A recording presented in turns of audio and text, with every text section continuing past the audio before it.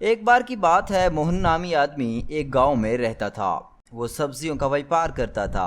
वो अपने खेत में ही सब्जियां उगाता था, पर दिक्कत ये थी कि उसका खेत कब्रिस्तान के पास था। पूरे गांव में खबर थी कि रोज रात को चुड़ैल अपनी कब्र से निकलकर गांव में भटकती रहती है। अरे मैं क्या करूं? घर के बाहर इतनी जगह नहीं कि मैं सब्जियां उगा सकूं, और उस कब्रिस्तान के पास सब्जियां उगाने में तो कभी कभी डर लगता है, कहीं ये मुझ पर भारी ना पड़ जाएं। मोहन रोज अपने खेत से सब्जियां तोड़ता और ताज़ा सब्जियां पूरे गांव में बेचता और अपना गुजर बसर करता था। फिर एक दिन, अरे मैं तो भूल ही गया, आज तो बाजार से सब्जियों के नए बीज लाने थे, वरना इस सीजन की सब्जियां कैसे उगेंगी। मोहन नए बीज खरीदने बाजार चला जाता है और वापस आते आते शाम हो जाती है। अरे आज तो शाम हो गई, जल्दी से ये बीज बो देता हूँ, इससे पहले कि रात हो जाए। फिर मोहन सब्जियों के बीज खेत में बोने लगता है। समय का पता नहीं चलता कि रात हो जाती है। तभी कब्रिस्तान से अजीब अजीब आवाजें आने लगती हैं। अरे आज तो मैं बिना कसूर ही मारा जाऊंगा, जल्दी जल्दी काम निपटाता हूँ, वरना आज तो तेरा काम तमाम हो जाएगा। डर के बारे मोहन जल्दी जल्दी बीज बोने का काम करने लगता है। तभी उसके पीछे चुड़ैल आकर खड़ी हो जाती है।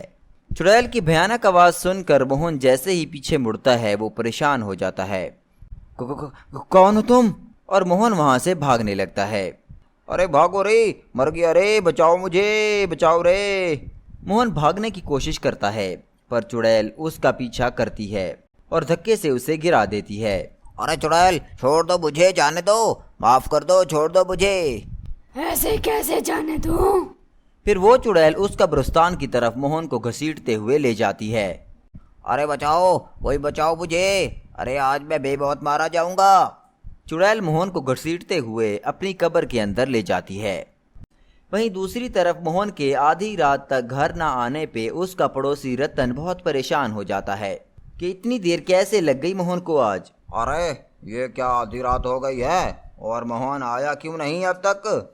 वो तो शाम को ही बीज लेकर आ गया था और खेतों में गया था, उसे तो कब का वापस आ जाना चाहिए था। मोहन लगता है किसी बड़ी मुसीबत में फंस गया है, और उसका खेत भी तो कब्रिस्तान के पास है, वहाँ चुड़ैल भी रहती है। तभी रतन गांव वालों के घर जाता है और उनको मोहन के लापता होना की घटना बताता है।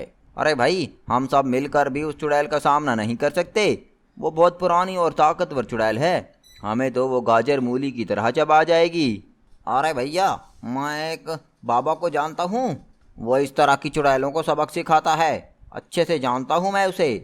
हाँ तो देर किस बात की, चलो उस बाबा से बात करते हैं, हमारे मोहन की जान बचाने में हमारी मदद करेगा। दूसरी तरफ चुड़ैल मोहन को खाने की तैयारी कर रही होती है। तभी रतन और गांव वाले बाबा के साथ उस कब्रिस्तान में पहुंच जाते हैं। चुड़ैल बाहर आ। अरे ये कौन है जो मुझे ललकार रहा है? जा चुड़ैल जा, तेरे पापों का घड़ा आज भर चुका है, तेरा खात्मा आज तय है।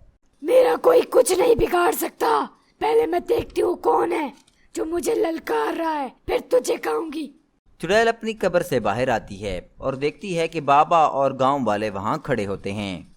आओ आओ, तुम सबकी मौत तुम्हें यहाँ बुला कर लाई है।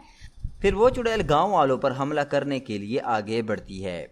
मौका देखते ही रतन उस चुड़ैल की कब्र में घुस जाता है।